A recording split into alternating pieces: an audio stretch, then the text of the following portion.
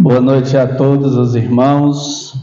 Que alegria, né, irmãos, a gente poder estar na casa do Senhor, buscando a Deus em oração, em adoração, louvando o nome do Senhor juntamente com os irmãos. É uma satisfação muito grande, uma alegria também que inunda os nossos corações ao nos colocarmos diante de Deus em oração. Como é bom termos esse momento de oração, onde nós nos ligamos diretamente com Deus. Gostaria de convidar os irmãos a abrir a sua Bíblia. Nós vamos hoje ler um texto bem conhecido dos irmãos, no livro de Josué, capítulo de número 24.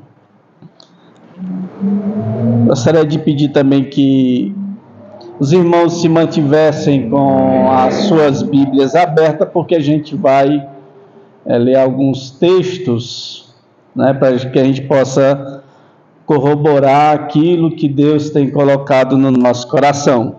Josué, capítulo de número 24, e o verso 14, o verso 15 e o verso 16. Eu vou ler o texto sagrado e os irmãos nos acompanhem em nome de Jesus. Diz assim, Josué 24, capítulo 24, versículo de número 14. Agora, pois, temei ao Senhor e servi-o com integridade e com fidelidade. Deitai fora os deuses aos quais serviram vossos pais da além do Eufrates e no Egito, e servi ao Senhor. Porém, se vos parece mal servir ao Senhor, escolhei hoje a quem sirvais, se aos deuses a quem serviram vossos pais, que estavam da além do Eufrates, ou aos deuses dos amorreus, em cuja terra habitais. Eu e a minha casa serviremos ao Senhor. Então respondeu o povo e disse: longe de nós o abandonarmos o Senhor para servirmos a outros deuses. Curva a sua cabeça, vamos fazer uma rápida oração. Senhor, nós te louvamos por mais esta oportunidade de estarmos na tua casa, Senhor, diante da tua presença, para falarmos, ó Deus, aquilo que o Senhor tem falado aos nossos corações. Nos guia, nos toma em primeiro e último lugar, Senhor, a tua presença sobre nós. Que o teu Espírito Santo nos conduza de acordo com a tua vontade. E assim, Senhor, a tua igreja seja edificada através da tua palavra, em nome de Jesus. Irmãos, esse é um texto muito conhecido de toda a igreja. Geralmente a gente ouve muitas pregações desse texto, E baseado naquilo que nos foi proposto a falarmos a respeito da família, na igreja, esse texto ele nos saltou aos olhos para que pudéssemos nessa noite estar falando um pouco a respeito desse texto. Prometo aos irmãos que eu vou ser rápido, a gente não vai se estender por muito tempo. Mas esse texto ele é muito interessante. O texto que é escrito por Josué é um texto já no final da sua vida. Todos nós conhecemos aqui a trajetória desse grande homem de Deus. Josué foi um líder escolhido por Deus para substituir a Moisés após o seu falecimento e conduzir o povo em direção à terra prometida, a qual Deus havia prometido ao povo que tiraria eles da escravidão do Egito e os conduziria para uma terra que emanava leite e mel, uma terra muito fértil e próspera. Josué, nós conhecemos a história, ele assume essa grande responsabilidade e é muito vitorioso no decorrer da sua vida, no decorrer da sua história. Os dois últimos capítulos de Josué foram escritos já na sua velhice, conforme o próprio verso 14 do capítulo 23, ele diz assim: eis que já hoje sigo pelo caminho de todos os da terra, e vós bem sabeis de todo o vosso coração e de toda a vossa alma, que nenhuma só promessa caiu de todas as boas palavras que falou de vós o Senhor vosso Deus, todas vos sobrevieram, nenhuma delas falhou. Quando ele fala essa frase, é até interessante a forma como ele cita: eis que já vou, eis que já hoje sigo pelo caminho de todos os da terra. Isso aqui é uma menção de que ele já estava chegando ao final da sua carreira. E é interessante porque quando Moisés morre, Deus prepara Josué para substituí-lo nessa tarefa de conduzir o povo à terra prometida. No entanto, quando Josué chega à sua velhice, isso não acontece. A gente não vai ver nenhum texto falando sobre alguém que Deus havia levantado para substituir a Josué nessa jornada. Eu creio, particularmente, o texto não diz, mas quando a gente lê, a gente chega a essa conclusão, que isso foi algo que trouxe, de alguma forma, uma preocupação ao coração de Josué. E é nesses acontecimentos que ele se preocupa e ele reúne o povo.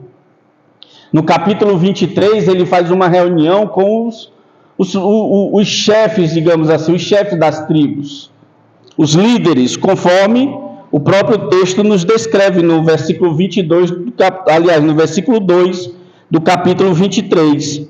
Chamou Josué a todo o Israel, os seus anciãos, os seus cabeças, os seus juízes e os seus oficiais, e disse-lhes: já sou velho e entrado em dias.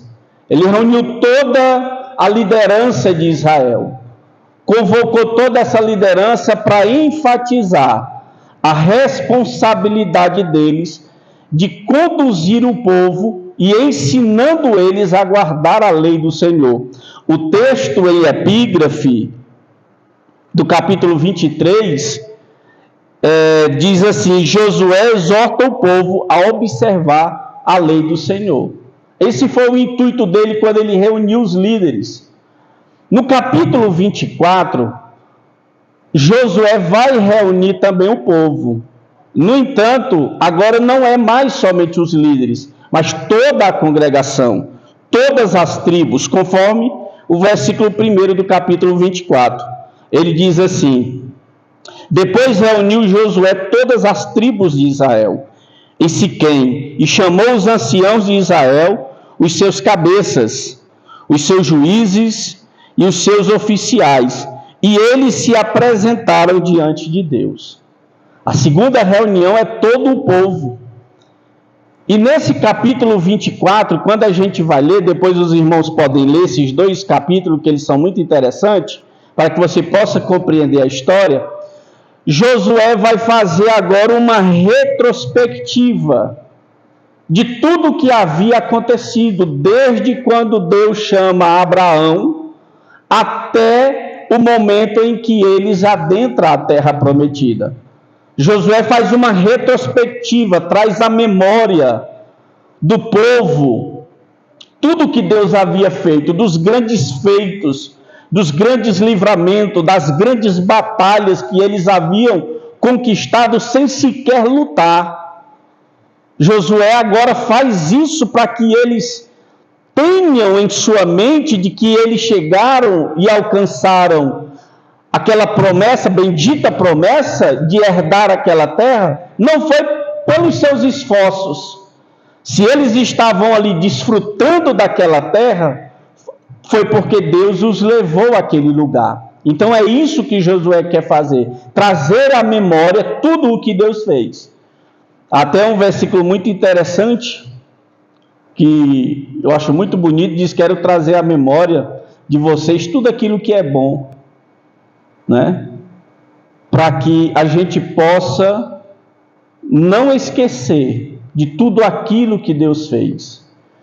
E isso nos alegra, nos fortalece, nos dá ânimo quando a gente vai pensar em tudo que Deus fez por nós. Isso traz, de alguma forma, uma alegria imensa em nosso coração. E aí, Josué faz essa retrospectiva com o povo a fim de animá-los e exortá-los a permanecerem fiéis ao Senhor no decorrer da história. Até porque Josué, provavelmente, como eu falei, havia uma preocupação pelo fato de Deus não ter dado um novo líder. E ele já estava à beira da morte, já estava nos seus últimos dias. E Josué era um grande líder. A vontade dele é que aquele povo continuasse servindo a Deus com alegria.